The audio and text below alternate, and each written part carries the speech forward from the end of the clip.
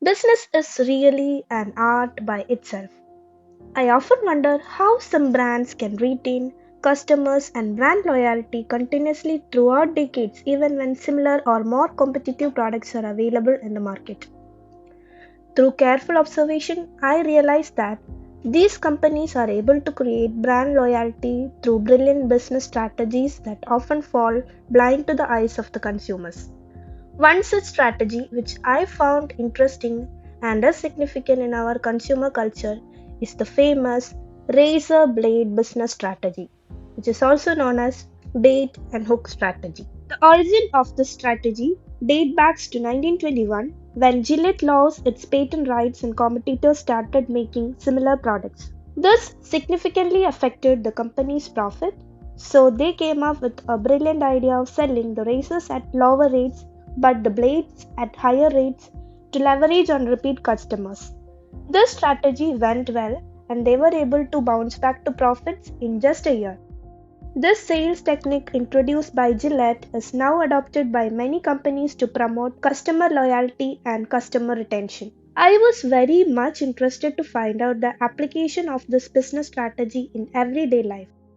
So, I decided to visit a supermarket and find out the brands which use this marketing technique. I was amused by the fact that every section of the supermarket had at least one product which worked on this strategy, be it everyday consumables or electronics.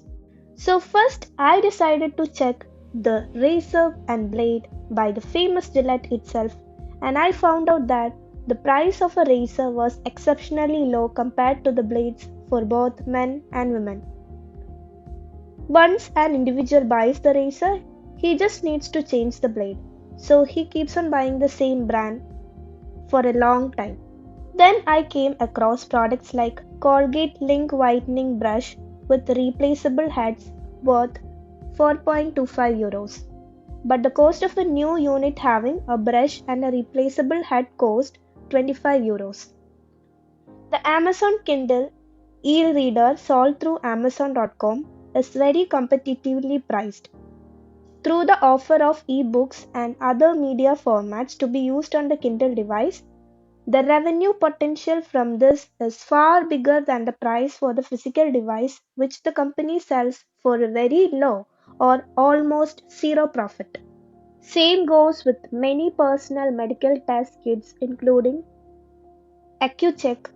This brand makes profit from the test strips sold rather than the actual device itself. Nespresso coffee system is protected by more than 100 patents. This allowed the company to keep competitors from selling coffee capsules compatible with the Nespresso system similar to printer companies.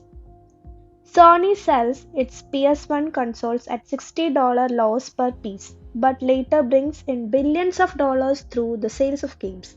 Similar is the case with Airwick Freshmatic Auto Spray sold at 12 euros while the refill alone is sold at 7 euros. The HP printers also follows the same strategy where they sell their consumer level printers at a loss, only making profits in the subsequent sales of the overpriced printer ink. I also found Perfect Prep baby feeding bottle by Tommy Tippy had a replacement filter along with it. Once the customer buys this bottle, they are compelled to buy this filter again and again. Once a customer has accepted the system, they will be more likely to stick with the same product rather than switching to a rival, since switching would require them to buy the base product again. It is also crucial to remember that the coupled consumable items are exclusive to the company and cannot be replaced by a generic product. This is crucial because it keeps clients logged into the ecology of the business and prevents them from transferring to a less expensive option. Thus, we unknowingly get trapped in a spider web.